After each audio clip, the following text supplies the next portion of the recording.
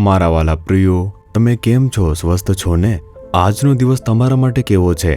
શું દરેક દિવસ આપણા માટે સારો દિવસ નથી કારણ કે ઈસુ ખ્રિસ્ત આપણી સાથે છે? શું તેમની સાથે ચાલવું તે આપણા માટે આનંદ નથી? શું તમે ઈસુ સાથે ચાલવા માટે પ્રતિબદ્ધ છો? તેથી તમારે તેમના વચનને ખૂબ ધ્યાનથી સાંભળવું જોઈએ. ઈસુ સાથે જે જીવન જીવેલું છે તે એક આશીર્વાદિત જીવન છે. એ તો ઠીક છે, તમે જંગલ પ્રદેશમાં ક્યાં કરણીની જેમ ઊભા છો. તમારી પાછળ કોઈ ઝાડ નથી કે કોઈ છોડ નથી. તે શુષ્ક છે. તે કેવી જગ્યા છે? આ જગ્યા ક્યાં છે? આમ વિચારી રહ્યા છો? આ ઇઝરાયલ દેશમાં કુમરાન નામની એક જગ્યા છે. આપણે મૃત સમુદ્ર જોયું ને, તે મૃત સમુદ્રથી આ 1.5 કિલોમીટર દૂર છે. યરીહોથી 10 કિલોમીટર દૂર આ સ્થળ આવેલું છે અને આ સ્થળનું નામ કુમરાન છે. આ જે છે કુમરાન ગુફા ખૂબ પ્રખ્યાત છે. તમે તે જોઈ શકો છો. આ ઘણી પ્રખ્યાત છે. આ એક ગામ હતું. હું જે જગ્યાએ ઊભો છું અને બોલી રહ્યો છું તે એક સમયે ઈસુના સમયે એક નાનકડું ગામ હતું. ફરોશીઓ વિશે આપણે વાંચીએ છીએ ને, બાઇબલમાં તેના વિશે લખ્યું છે ને. તેઓમાંથી એક જૂથ શાસ્ત્રની નકલો અહીં બનાવતું હતું અને તે દિવસોમાં પ્રિન્ટિંગ મશીનો ન હતા. તેઓએ હાથથી લખવું પડતું હતું અને ચર્મપત્રોમાંથી જે કાગળના સ્ક્રોલ હોય છે ને તેના પર તેઓ ઘણી નકલો બનાવતા.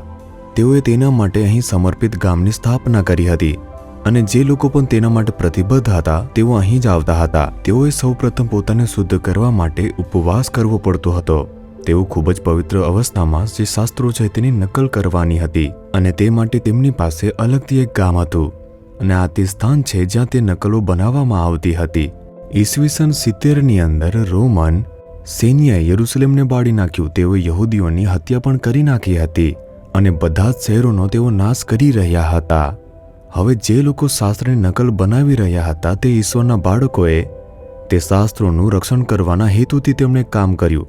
તેઓએ કહ્યું કે જો રોમનો આવશે તો તેઓ આપણું અને બીજું બધું નાશ કરશે. તેથી જે માટીના જાર હોય છે, જે માટીની બરણીઓ હોય છે ને મોટી, તેની અંદર તેમણે સ્ક્રોલને દફનાવી દીધી અને આ જે ગુફાઓ છે તેમાં સંતાડી દીધી અને તેમણે તેને સુરક્ષિત રાખી દીધી. આ ક્યારે બન્યું હતું? ઈસવીસન 70માં. અને 1946માં એક નાનો છોકરો જે તેના ઘેટા ચરાવતો હતો અને તે તેના ખોવાયેલા ઘેટાની શોધમાં ફરતો હતો. એમ વિચારીને કે ઘેટા ગુફામાં અંદર ગઈ હશે તો એ ઘેટાને જોવા ત્યાં ગયો. ઘેટું ત્યાં છે કે નહીં તે તપાસવા માટે તેણે એક પથ્થર અંદર ફેંક્યો. જ્યારે તેણે માટીના વાસણ સાથે અથડાવાનો અવાજ સાંભળ્યો, અંદર કંઈક વાસણ છે તેવું તેને સમજાયું. તે જોવા માટે અંદર ગયો. તેને બરણી મળી અને તેની અંદર સ્ક્રોલ પડ્યા હતા. તેને તે સમજાયું નહીં કારણ કે તે હિબ્રુમાં લખવામાં આવ્યું હતું. 1000 વર્ષ પહેલાં તે લખવામાં આવ્યું હતું. પછી તેના માતા પિતાને જે યરુશલેમમાં હતા આ વાતની જાણ કરી નાખી હતી અને જ્યારે બધાએ આવીને સંશોધન કર્યું, 10 વર્ષની અંદર 12 ગુફાઓની અંદરથી શાસ્ત્રના 90 સ્ક્રોલ લેવામાં આવ્યા હતા અને તેઓને ડેડ સી સ્ક્રોલ કહેવામાં આવે છે. તે અત્યારે પણ તમે જોઈ શકો છો અને અત્યારે જોવું હોય તો તેમની પાસે યરુશલેમમાં જે મ્યુઝિયમ છે તેની અંદર મૂક્યા છે. એસ્તેરના પુસ્તક સિવાય બાકીનું બધું તે સ્ક્રોલમાં નકલ કરીને લખવામાં આવ્યું હતું. આવી રીતે તેઓ વચનનું રક્ષણ કરવા માટે ખૂબ જ સાવચેત હતા. તે દિવસોમાં તેઓ હાથે લખીને નકલો બનાવતા હતા. શા માટે? વિશ્વભરમાં યહૂદી ધર્મસ્થાનો ઉપસ્થિત હતા. સભાસ્થાનોમાં જૂના કરારને વાંચવું પડતું હતું. તેઓએ તેને ત્યાં મોકલવા માટે નકલો બનાવી હતી. તેઓ વચનને કેટલો પ્રેમ કરતા હતા શું તમે જુઓ છો? એટલો પ્રેમ કે તેઓ દરેકને તે આપવા ઈચ્છતા હતા. જ્યારે તે જોખમમાં આવી ગયું હતું તેઓ તેનું રક્ષણ કરવા માટે પણ ખૂબ જ સાવચેત હતા. આપણે આપણા વચનને કેવી રીતે પ્રેમ કરીએ છીએ? બાઇબલની અંદર આ વચન જુઓ. ગીતશાસ્ત્ર તેના 119ના 133માં વચનમાં જુઓ. હે યહોવા, તમારા વચન પ્રમાણે મને દોરો. કોઈ પણ દુષ્ટતાને મારા પર શાસન ન કરવા દો. તે એક સુંદર પ્રાર્થના છે. આપણે પ્રભુ તરફ જોઈને પ્રાર્થના કરવી જોઈએ. હે પ્રભુ, તમારું જે વચન છે, જે તમારું બાઇબલનું વચન છે, તેના દ્વારા મારા જીવનમાં માર્ગદર્શન આપો. આપણે વચનમાં સ્થિર રહેવું જોઈએ. માત્ર તેને વાંચીએ તે પૂરતું નથી. પ્રભુના વચન દ્વારા આપણા પગલાં નિર્દેશિત થવા જોઈએ. તમારા દુશ્મનોને પ્રેમ કરો જો એમ કહે તો આપણે તેમને પ્રેમ કરવા માટે પ્રતિબદ્ધ થવું જોઈએ. આપણે વચનમાં સ્થિર રહેવું જોઈએ. તે મહત્વનું છે. કુટુંબ માટે કહે છે, પત્નીઓ તમે તમારા પતિનું પાલન કરો. વચન દ્વારા ચાલો. પતિઓ તમારી પત્નીઓને તમે પ્રેમ કરો, તેમના પ્રત્યે કડવાશ ન રાખો. લખ્યું છે ને, પોતાની પત્ની પ્રત્યે કડવાશ કે નફરત ન રાખો, આપણે પ્રેમ કરવો જોઈએ. બાળકો, તમારા માતા પિતાનું પાલન કરો. વચન કહે છે ને, તમારા પગલાં વચન દ્વારા નિર્દેશિત થવા જોઈએ. હું મારા જે માતા પિતા છે તેમનું પાલન કરીશ. આ રીતે વચન દરેકને સૂચના આપે છે. પ્રભુના સેવકોને, પછી ઉદ્યોગપતિઓને અને રાજકારણીઓ માટે. બાઇબલમાં દરેક માટે સૂચના આવેલી છે. સરકારી કર્મચારીઓ માટે અને પોલીસ કર્મીઓ માટે પણ આપેલી છે. તમારી આવકથી તમે લોકો સંતુષ્ટ રહો. તમે લોકો લાંચ ન લો, ખોટા આક્ષેપો ન કરો. આ બાઇબલમાં લખેલું છે. તમારે કેવળ વચન વાંચીને જતું રહેવું જોઈએ નહીં. તમારા પગલાં તેના દ્વારા નિર્દેશિત થવા જોઈએ. આવી એક સુંદર પ્રાર્થના છે. મારા પર કોઈ અન્યાયનું પ્રભુત્વ ન થાય. જો આપણે વચનમાં સ્થિર રહીશું, અન્યાય આપણા પર પ્રભુત્વ મેળવી શકશે નહીં. આપણે એક પવિત્ર જીવન જીવીશું. તેથી વચન કબૂલ કરો. હે પ્રભુ, તમારા વચન દ્વારા માર્ગદર્શન આપો. મારે તમારા વચન દ્વારા જીવવું જોઈએ. જો તમે પોતાને પ્રતિબદ્ધ કરો, કોઈ પણ પાપ અન્યાય તમારા જીવનને કલંકિત કરશે નહીં. પછી શું થશે? આપણને આપણા જીવનમાં ઈશ્વરના આશીર્વાદોની પૂર્ણતા મળી જશે. તમારા જીવનની અંદર તમારા આશીર્વાદને કઈ અડચણ થાય છે, તેથી સંપૂર્ણ આશીર્વાદ મળતો નથી. તમને કઈ અસર થઈ રહી છે, તમે વચન પર સ્થિર છો કે કેમ તે તપાસો. શું તમારા પગલાં તેના દ્વારા નિર્દેશિત છે કે કેમ તે તપાસો. બાઇબલમાંના એવા કોઈ પણ વચન છે જે તમે અનુસરતા નથી, તે વિશે વિચારો અને જલ્દીથી તેના માટે તમે પ્રતિબદ્ધ થાઓ.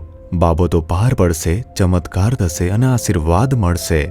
એક ભાઈ જે વિશ્વાસી હતો, પ્રભુનો જે બાળક હતો, તે ચોક્કસ બાબત માટે ઘણી પ્રાર્થના કરતો હતો. વિશ્વાસ સાથે પ્રાર્થના કરી, ઉપવાસ સાથે પ્રાર્થના કરી, ખૂબ જ દિલથી પ્રાર્થના કરી કે પ્રભુએ ચમત્કાર કરવો જોઈએ એમ પ્રાર્થના કરી. બધું જ થઈ રહ્યું હતું, પણ જે માટે તે પ્રાર્થના કર્યો તે કદી પણ ન બન્યું. તે ક્યારેય ન બન્યું. તેમાં સતત અવરોધ આવી રહ્યો હતો. તેણે ઘણા વર્ષો સુધી પ્રાર્થના કરી હતી.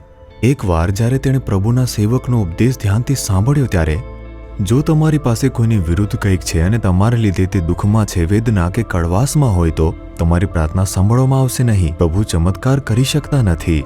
જ્યારે તેણે તેમના ઉપદેશમાં બાઇબલના વચનોને ટાંક્યા, વચને તેની સાથે વાત કરી કે તું આ વચન પ્રમાણે જીવનમાં ચાલતો નથી. તું વિશ્વાસ સાથે પ્રાર્થના તો કરે છે, તું બધું જે પણ કરી રહ્યો છે તે, પરંતુ તું આ વચનની અંદર સ્થિર ઊભો રહ્યો નથી.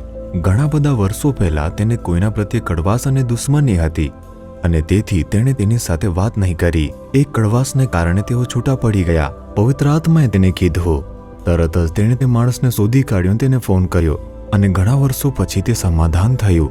કહ્યું કે ઘણા વર્ષો પહેલા મેં તારા પ્રત્યે કડવાશ રાખી હતી. મને તેના પ્રત્યે ખૂબ જ દુઃખ થાય છે. પ્રભુએ મને અહેસાસ કરાવ્યો કે તે પાપ છે અને તરત જ આ મામલો સામે આવી ગયો. પછી અડચણો દૂર કરવામાં આવી, કેમ કે સમસ્યાનું સમાધાન થઈ ગયું. તેની પ્રાર્થનાનો ઉત્તર મળી ગયો. જો આપણે વચનમાં સ્થિર રહીએ તો જ તમે પ્રભુના આશીર્વાદને મેળવી શકો છો. જો આપણે ખાલી તેને વાંચીએ, આશીર્વાદ મળશે નહીં. આપણે વચનમાં સ્થિર ઊભું રહેવું જોઈએ, વચન દ્વારા જીવવું જોઈએ. તમે તેના ઉપર ધ્યાન આપો. હવે તમારા જીવનની તમે તપાસ કરો કે એકલા બાબતમાં જ કેમ ચમત્કાર નથી થઈ રહ્યો. આટલા વર્ષોથી પ્રાર્થના કરવા છતાં તે કેમ થઈ રહ્યું નથી? પ્રભુની હાજરીમાં જાઓ. શું એવું કોઈ વચન છે જેનું પાલન તમે તમારા જીવનમાં હજુ કર્યું નથી? શું હું તમારા વચન પર ટકી રહેવામાં નિષ્ફળ થઈ ગયો છું? તે મને બતાવો. પ્રભુ તમને બતાવશે. તેને તમે ઠીક કરો, એક ચમત્કાર તરત જ થશે. ઠીક છે? હે પ્રભુ, અમારા જે પગ છે તે તમારા વચન ઉપર સ્થિર રહેવા જોઈએ અને તમે અમારા ઉપર આધિપત્ય રાખવાથી અન્યાયને રોકી શકો છો. પ્રભુ, અમે તમારા વચન પ્રમાણે જીવવા માટે પ્રતિબદ્ધ છીએ. પ્રભુ, ચમત્કાર કરો. ઈશુના નામમાં પ્રાર્થના કરીએ છીએ. Amen, amen.